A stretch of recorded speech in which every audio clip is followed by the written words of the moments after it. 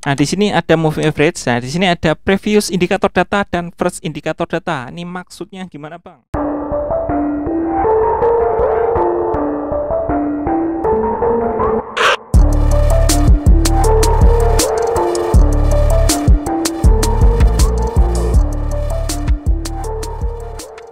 Halo guys, kembali lagi bersama saya di Automatic Trader.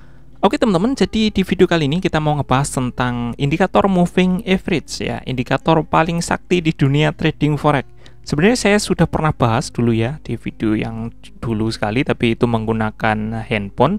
Jadi di video kali ini kita akan membahasnya menggunakan PC teman-teman. Oke, kita langsung masuk saja ke MetaTrader 4 seperti ini. Ya, untuk menambahkan indikator, ya tentu teman-teman sudah tahu kita bisa masuk ke insert seperti ini. Indikator moving average itu adanya di trend ya teman-teman. Kalau belum ada di sini ya, misalnya di bagian yang lebih cepatnya dia ada di trend, bisa tambahkan moving average seperti ini. Atau kita juga bisa ke navigator ya, di sini klik saja, atau Ctrl N di keyboard itu ya, navigator ya, indikator, kemudian dia masuknya di trend juga seperti ini. Tinggal kita tarik saja ke chart seperti ini.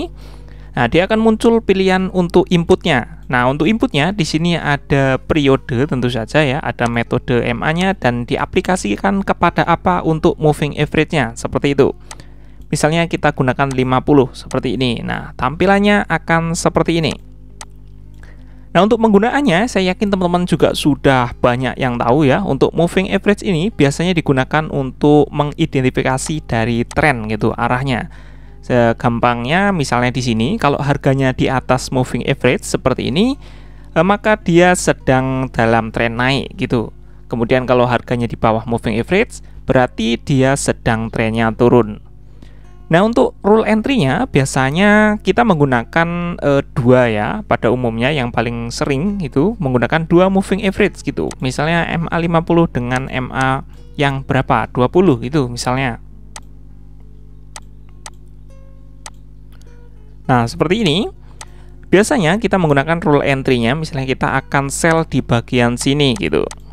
Nah, sini kemudian karena ada cross ya, dead cross seperti ini, untuk moving average yang lebih cepat memotong moving average yang lebih lambat gitu. Kalau dia perpotongannya ke bawah arahnya berarti kita sell, kalau ke atas seperti ini jatuhnya adalah buy gitu ya. Nah, seperti ini tentu ada noise-nya itu yang perlu di reset kembali gitu ya.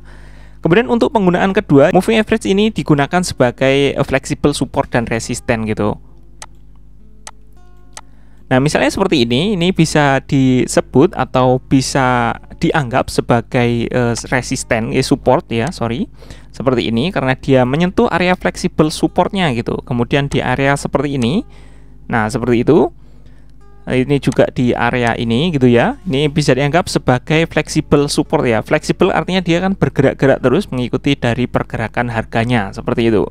Jadi kalau kita sudah menganggap ini area support, berarti ada plan kita untuk melakukan entry di sini. Misalnya seperti itu. Atau juga di area resistennya seperti ini. Ini bisa juga dianggap sebagai area resisten yang di break dan gagal gitu ya, dan lain sebagainya ya. Di sini juga ada, misalnya kita ambil contoh gampangnya. Nah, seperti itu. Nah, selanjutnya yang menarik dari moving average ini adalah kita bisa menggunakan moving average ini untuk menghitung rata-rata dari indikator sebelumnya. Misalnya seperti ini. Kita masukkan misalnya dari Bollinger Band gitu. Kita masukkan Bollinger Band dan kita bisa menambahkan moving average seperti ini. Nah, untuk pengaplikasiannya di sini kita bisa menghitung dari, nah ini ada previous indikator data dan juga first indikator data. Ya, ini karena kita cuma ada satu, mau pilih yang previous atau mau pilih yang first ya hasilnya akan sama. Nah, ini jadi nilai rata-rata dari Bollinger Band-nya. Atau kita bisa juga menghitung nilai rata-rata dari RSI misalnya seperti ini.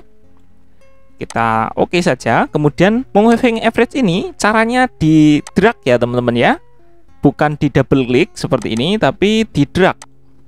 Kalau di double klik, untuk pengaplikasian first indikator data maupun previous indikator datanya tidak akan muncul. Kita drag saja seperti ini. Nah, ini baru kita pilih. Nah, ini kalau mau ke RSI ini ya dragnya jangan ke chart utama, tapi chart yang bawah gitu. Nih ya, ini kan kelihatan tempelkan di sini seperti ini. Kemudian kita ke seperti ini, first indikator data gitu.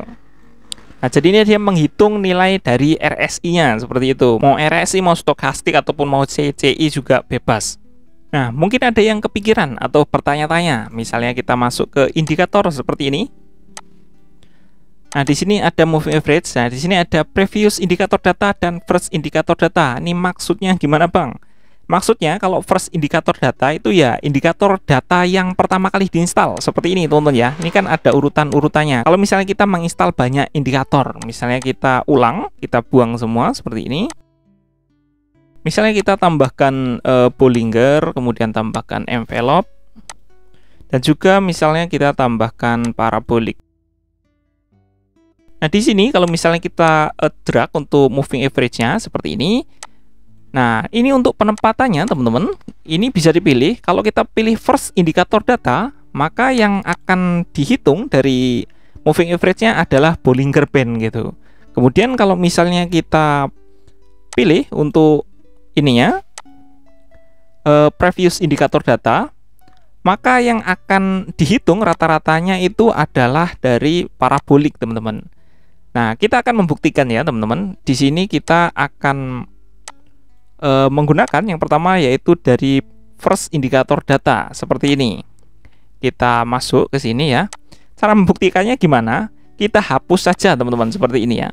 Ini Bollingernya kita hapus. Kalau misalnya moving average-nya ini hilang, berarti dia menghitung dari Bollinger Band gitu. Kita hapus. Ya, itu ya, teman-teman. Dia sudah menghilang. Jadi karena moving average-nya itu menghitung dari Bollinger Band-nya itu, maka ya kalau Bollinger-nya dihapus, hilang, ya moving average-nya ikut hilang gitu. Oke, teman-teman, jadi itu adalah indikator dari moving average ya. Menurut saya indikator yang paling sakti dan paling banyak digunakan untuk trading, baik itu di market forex atau di market yang lain. Terima kasih buat teman-teman yang sudah nonton video ini sampai selesai. Jangan lupa buat like dan subscribe kalau suka dengan konten-konten seperti ini. Dislike aja kalau nggak suka. Mohon maaf kalau ada kesalahan atau kekeliruan dalam menyampaikan informasi. Silakan teman-teman masukkan informasi yang lebih tepat dan lebih lengkap di kolom komentar, biar teman-teman yang lain juga bisa mendapatkan informasi yang lebih akurat. Semoga video ini bermanfaat dan sampai ketemu lagi di video saya selanjutnya.